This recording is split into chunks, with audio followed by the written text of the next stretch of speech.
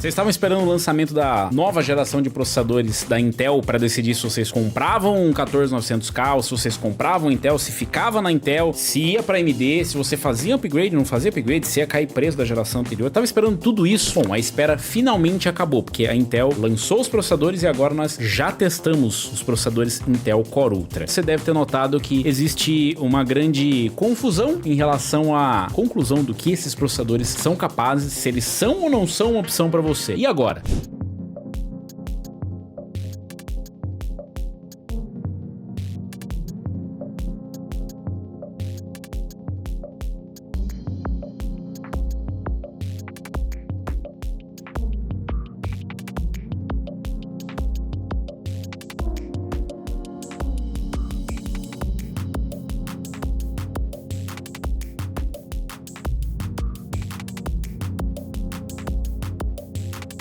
Nós finalmente testamos os processadores Intel Core Ultra. Inicialmente a gente está recebendo aí só 3 modelos, o Core Ultra 9, o Core Ultra 7 e o Core Ultra 5. Eles vêm para substituir o Core i5, o Core i7 e Core i9. Eu já falei para vocês algumas vezes, mas não custa lembrar que os processadores Intel Core i não vão mais existir. Inclusive vai entrar uma parte interessante aqui para você que está pensando em comprar processadores de gerações anteriores. Se compensa ou não compensa ainda comprar processadores Intel que não sejam Core Ultra. Foi realmente uma revolução.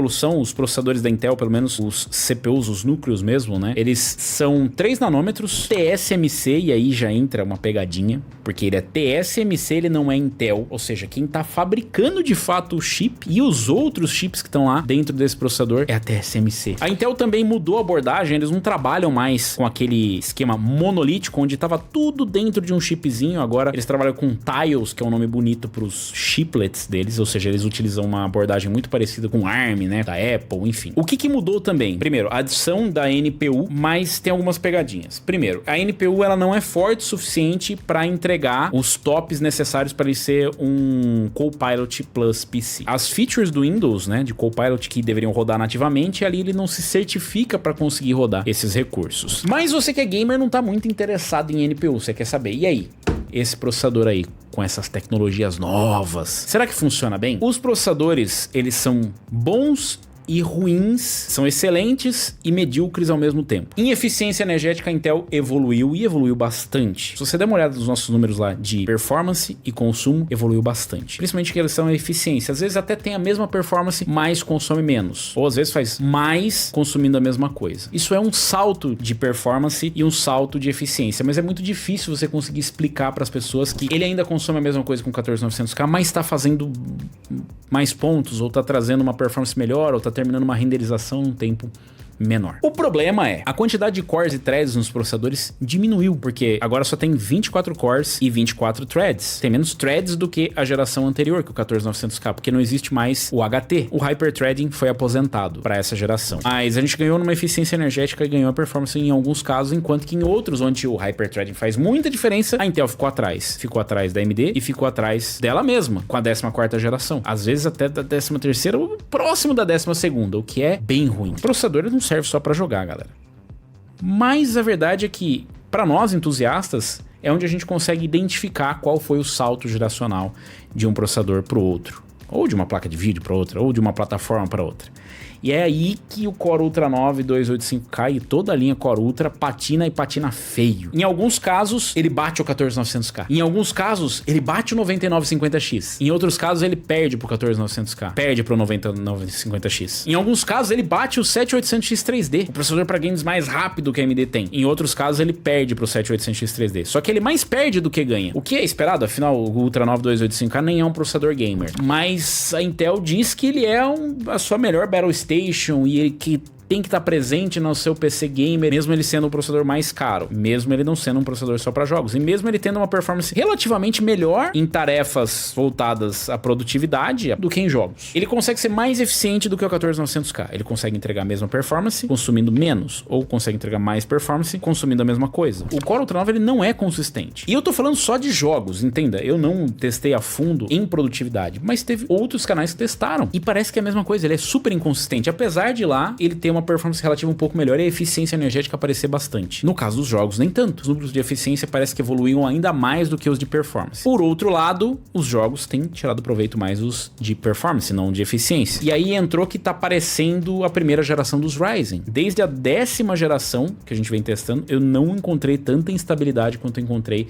com os Intel Core Ultra. Recentemente, no lançamento, a situação era, se você atualizasse o Windows pro 24H2 para uma build específica e não atualizasse o firmware, teu PC não parava de crashar, ou seja, da tela azul. Então você tinha que necessariamente fazer isso. Para ser justo com a Intel, a gente teve isso com os Ryzen 9000, onde foi uma briga com os reviewers, onde eles apontaram o dedo pros reviewers dizendo, vocês estão errando. E a gente simplesmente descobriu que existia um problema com o Windows. Por outro lado, eles são processadores bem interessantes por conta da eficiência energética. Então o processador ele é mais eficiente porque ele também é mais frio, mas ao custo de ter consistentemente menos performance. Na média, ele é um processador mais lento do que o 14900K em jogos. Nos nossos testes, 10%. Enquanto que a Intel dizia que ia ser 5%. Isso nunca é bom. A Intel já começou dizendo que o seu processador era mais lento que a geração anterior, ou pelo menos parelho com a concorrência. Isso é um mau sinal. A Intel também enfrenta a mesma dificuldade que a AMD enfrentou no lançamento da primeira geração dos Ryzen com a latência de memória. E isso pode ser resolvido com a memória mais rápida e com uma latência mais baixa, mas principalmente por ajustes de firmware que vão dar uma amenizada nisso. Outro problema é justamente o preço. A Intel lançou os processadores custando a mesma coisa com o 14900K, mas tecnicamente eles são vendidos mais caros. Se você tem um produto que é inferior em performance, ele deveria custar menos, mas a Intel não vai dar o braço a torcer e dizer que o produto dela é inferior. Existe ainda a questão da plataforma. Nós estamos falando de uma Z890 com um socket LGA 1851. É um socket novo e, mais uma vez, se você quiser comprar a geração nova de processadores, você vai ter que trocar de placa-mãe. E ela só é DDR5, ela não tem mais DDR4. Não tem nem a opção de falar, mas pelo menos eu posso pôr a memória DDR4. Não, ela é totalmente DDR5. As placas-mãe não vieram baratas para ajudar. A gente só tem a Z890 de saída. Os Core Ultra realmente não foram um lançamento empolgante, sensacional. Eles de fato abrem espaço para um futuro mais brilhante da Intel, mas eles também contribuem para a fase ruim que a Intel passa. Por exemplo, eles não estão utilizando a fábrica deles, ela precisa recorrer à TSMC. A Intel enfrenta uma concorrência pesada da Qualcomm. A Qualcomm veio forte, ARM veio forte, o Windows rodando em ARM. A própria Apple, que nem é uma ameaça tão grande, se torna cada vez mais presente no mercado com os chips ARM. A AMD e a Intel se uniram num consórcio para fortalecer o x86, que é a plataforma do seu PC hoje, porque eles conseguem ver a ameaça dos chips ARM. A Intel mandou diversos funcionários, estou sendo bem modesto na parte dos diversos, foram milhares de funcionários embora, e pretende fazer mais cortes nos próximos meses e nos próximos anos. A Intel tem fábricas paradas, a Intel tem conflito com o governo americano que está apoiando a expansão das fábricas, porque ela precisa apresentar resultado e o governo americano precisa pagar. E quando isso acontece, ainda assim, já se atrasou o cronograma de novo. E para piorar, eles estão pensando em vender as suas fábricas ou criar uma empresa independente para as suas fábricas, pelo menos segundo os rumores. Não seria a primeira vez que isso aconteceria com uma empresa de semicondutores. A primeira que fez isso foi a AMD, ou a primeira não, ou a mais recente no caso, foi a AMD. A AMD também possuía suas próprias fábricas. A AMD nem sempre foi cliente da TSMC. A AMD já foi cliente da GlobalFoundries, mas o que talvez você não saiba é que a GlobalFoundries já foi da AMD. A AMD já chegou a fabricar os próprios chips e chegou num momento de grande crise que ela decidiu simplesmente separar e vender a parte das fábricas. Nesse momento, o Core Ultra não consegue ser inquestionavelmente o melhor em nada. Eu não posso falar que ele é o melhor processador para produtividade, muito menos dizer que ele é o melhor processador para games. Eu diria que ele é o melhor produto do que o 14900K. Isso eu acho que eu posso dizer. E aí você pensa assim, bom, agora realmente a Intel vai de base e vai falir. A Intel agora não vai dar conta.